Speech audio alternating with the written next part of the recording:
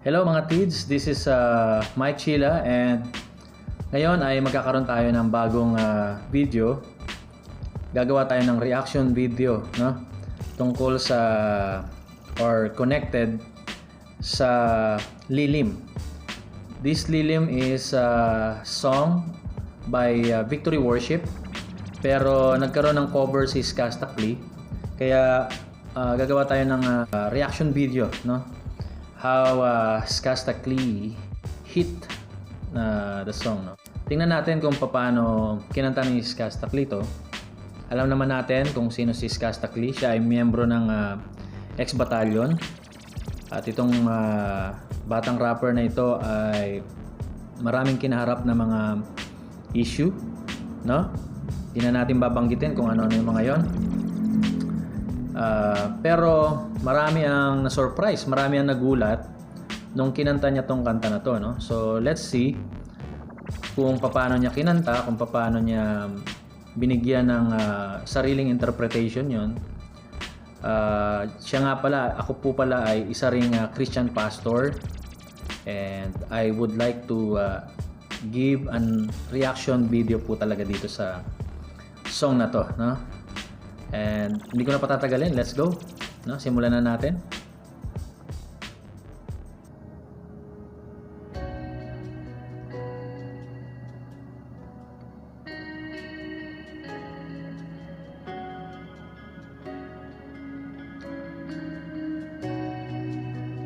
Maganda yung tunog. Maganda po yung tunog.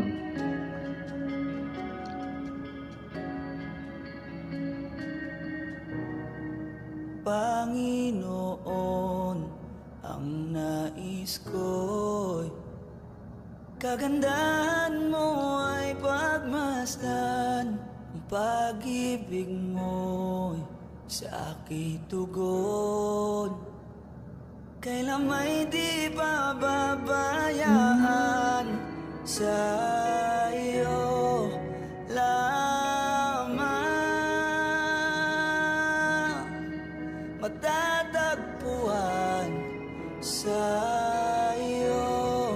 Okay, pause muna tayo doon, no? Doon sa unang atake ni Skastakli, may kita mo kagad, maririnig mo kagad na una, maganda yung boses niya, no? May vibrato, nasa tono, maganda ang boses niya. At talented, masasabi nating talented talaga tong batang ito. He is a rapper and he can sing also. Maganda yung boses na yung tono, yung sound, no? Kung paano niya ginagawa yung pag-awit. And you can feel also yung emotion na binibigay ni Skastakli dito.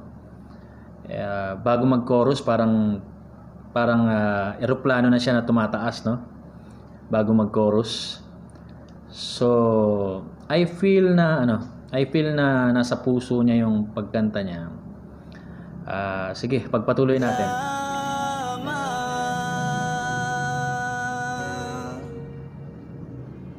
Mananatili sa iyong lilim at sasambahin ka sa dakong lihim. Mananatili sa iyong lilim nang masumpungan ka sa dakong lihim.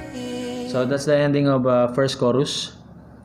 Maganda yung atake ni Skastakli na kanta niya ng maganda, nakanta niya ng may damdamin yung kanta. And mamaya magbibigay pa ako ng ilang mga salita pa, no, patungkol sa Christian song. Christian song po kasi ito, no? Worship song siya actually. And isa sa mga paborito kong song to, no, Lilim. Kagaya po ng ng isang inahing manok, no? Nililimliman niya, no? Nilililiman niya yung kanyang mga sisiw, kino-cover niya, pinoproteksyonan niya, no? Kung saan yung mga sisiw ay safe yung mga sisiw sa ilalim ng mga pakpak ng inahing manok, no? So dito, like the song is telling us, nagko-cover si Lord, no, dun sa taong nagtitiwala sa kanya, sa taong lumalapit sa kanya, no.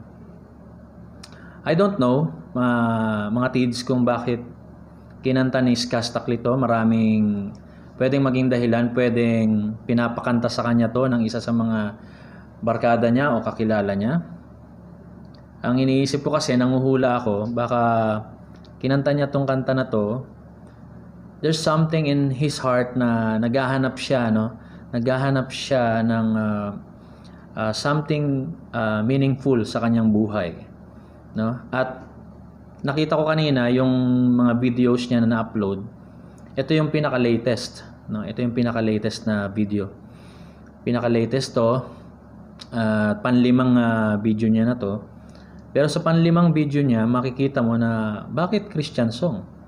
Bakit Christian song? So, yun ang siguro ihang natin na question, ano? Bakit niya kinanta to? So, tuloy natin.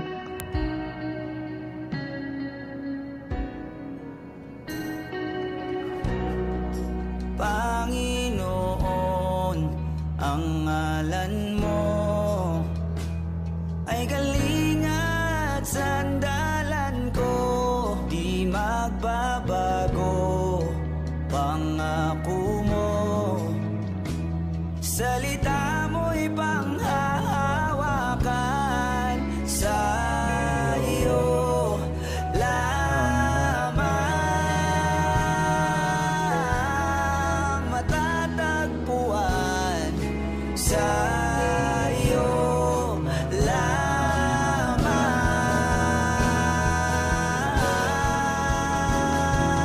mananatili sa iyong lilim at sasambahin ka sa dakong lihim, mananatili sa iyong lilim nang masumpungan ka sa dakong lihim, mananatili sa iyong lilim at sasambahin ka sa dakong lihim. Oops, bago ko ituloy yung chorus, no? Habang pinakikinggan ko yung pagkanta, no, yung song, yung kanta ni Skastakli, no, naiisip ko na parang prayer to, no? Parang personal prayer niya.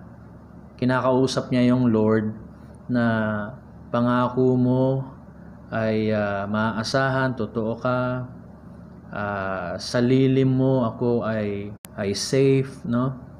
Parang sa lahat ng nangyayari sa buhay mo, si Lord ang kakampi mo. Sa lahat ng pagbagsak mo, sa lahat ng kamalian mo, sa lahat ng mga disappointments mo or pagdapa mo sa buhay, si Lord pa rin yung nalalapitan mo, no? Parang nakikita ko dito, no, sa opinion ko lang.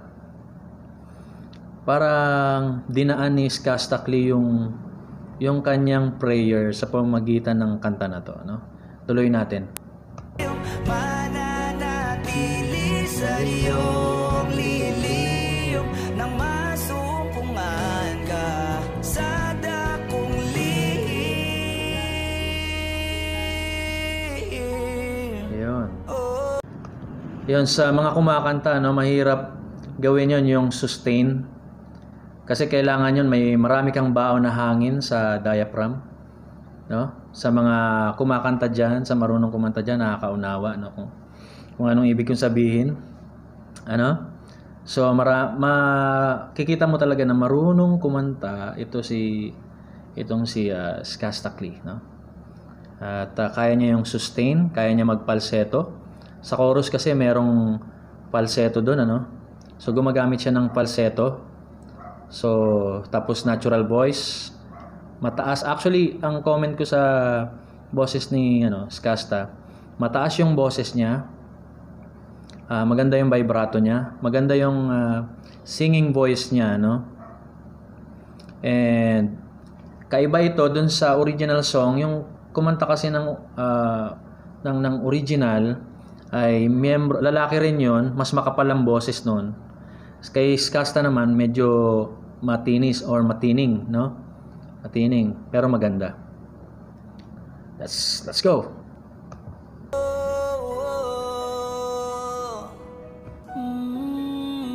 Yan, nag-humming siya.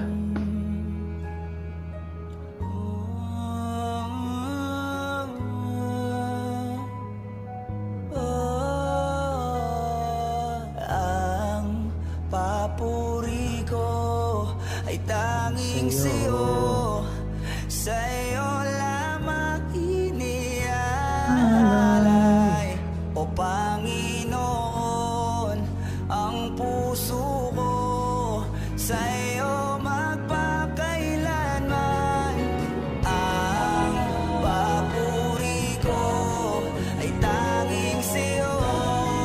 Sa'yo lamang. Dun sa tumataas na no yung tono, tumataas na yung dynamic nung kanta. At pa-chorus na ulito siya.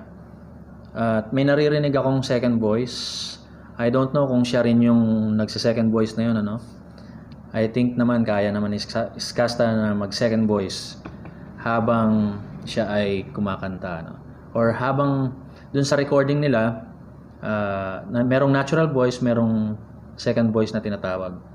Pag nag-blend kasi yon, yung second voice at saka yung natural voice, maganda yung kalalabasan ng kanta.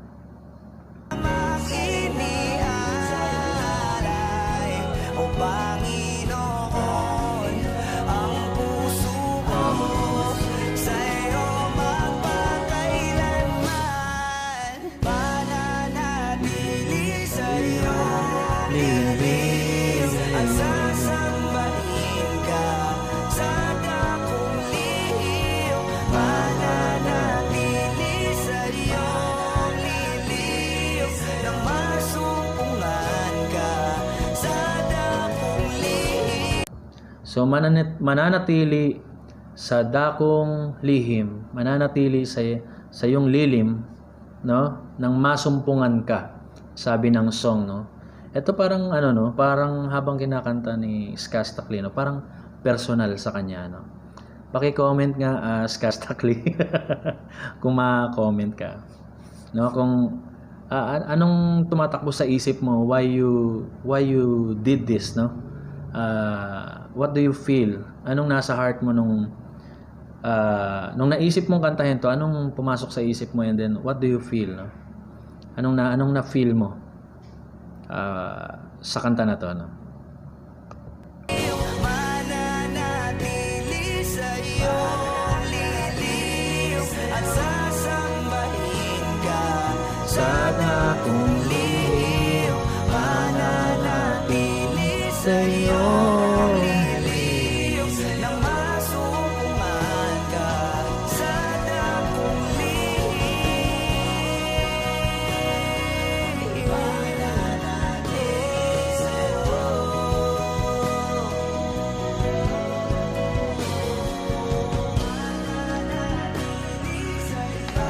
Tatapos na.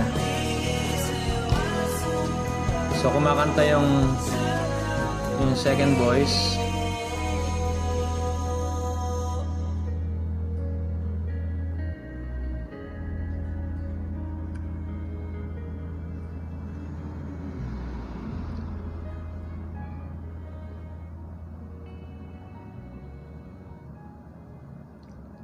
So, ayan, mga tids, instruments na lang yung bandang dulo, no?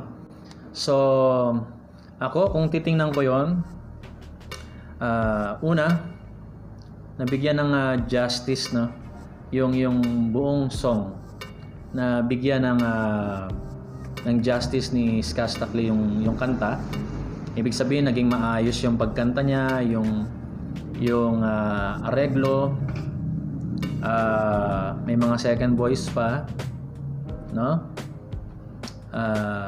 I hope na na-enjoy nyo rin yung pakikinig, no? At yun, nabigyan niya ng justice, maganda yung boses niya.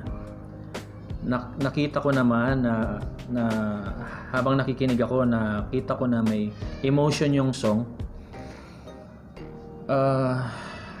May konting pagkakaiba siya dun sa original. no? Gaya ng sabi ko, mas makapal yung boses nung original na kumanta, siya mas matining. And parang dito binigyan niya ng sarili niyang interpretation yung kanta. Ngayon, as a pastor, as a Christian pastor, no? And dati rin po kasi akong kumakanta or song leader sa simbahan namin dati. So, somehow naunawaan ko yung pagkanta na merong damdamin, pagkanta na merong puso. Palaging sinasabi sa amin ng pastor namin yon na pag kumanta kayo, damdamin nyo, no? Pag kumanta kayo, dapat may puso. Gawin yung totoo talaga yung kinakanta nyo. So ito, I see na meron siyang heart doon sa pagkanta niya, no? I see na mayroon siyang emotion na binigay, meron siyang pusong binigay doon while he is doing that song. And I hope and pray, Skastakli, kung nasan ka man, kung ano man ang ginagawa mo. Payong kuya, no? Payong kuya. And I hope na naway someday matagpuan mo sa heart mo, no? Sa buhay mo ang Panginoon. And talagang nakita ko kasi rito parang nagsisik siya, no, mga kids. Hinahanap niya ang Lord.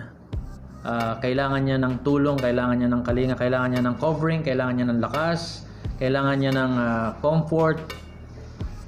Alam niyo kasi pag nasa Panginoon tayo, may comfort, may security, may kaligtasan, may blessings, merong kapayapaan, merong kapahingahan. So, nakita ko rito si Skasta ay parang sinisik niya si God, no? Gusto niyang maranasan yung kalakasan, yung love, yung mercy, yung grasya ng Diyos, yung grace ng Panginoon sa buhay niya. Alam nyo kasi kahit anong kasikatan ng tao, kahit anong success ang naabot ng tao, hahanapin mo pa rin ang Panginoon sa buhay mo. Kahit anong tagumpay mo sa buhay mo, no? Meron pa rin kulang kapag wala sa iyo si Lord. So sana mga kids na na-enjoy nyo yung panonood at pakikinig, at naway na-enjoy nyo yung reaction video na ginawa natin. God bless you sa iyo, Skastakli. Good job sa iyo, at sana meron ka pang mga gawing mga Christian song na kagaya nito. Aabangan namin yan. And yun nga, yung sabi ko kanina, may mga isyong nangyari sa kanya, pero everybody has or deserves a second chance, no? Kapag nasa Lord ka, walang imposible, walang mahirap para sa Panginoon. God bless you. Maraming salamat, and see you in my next video. Bye-bye.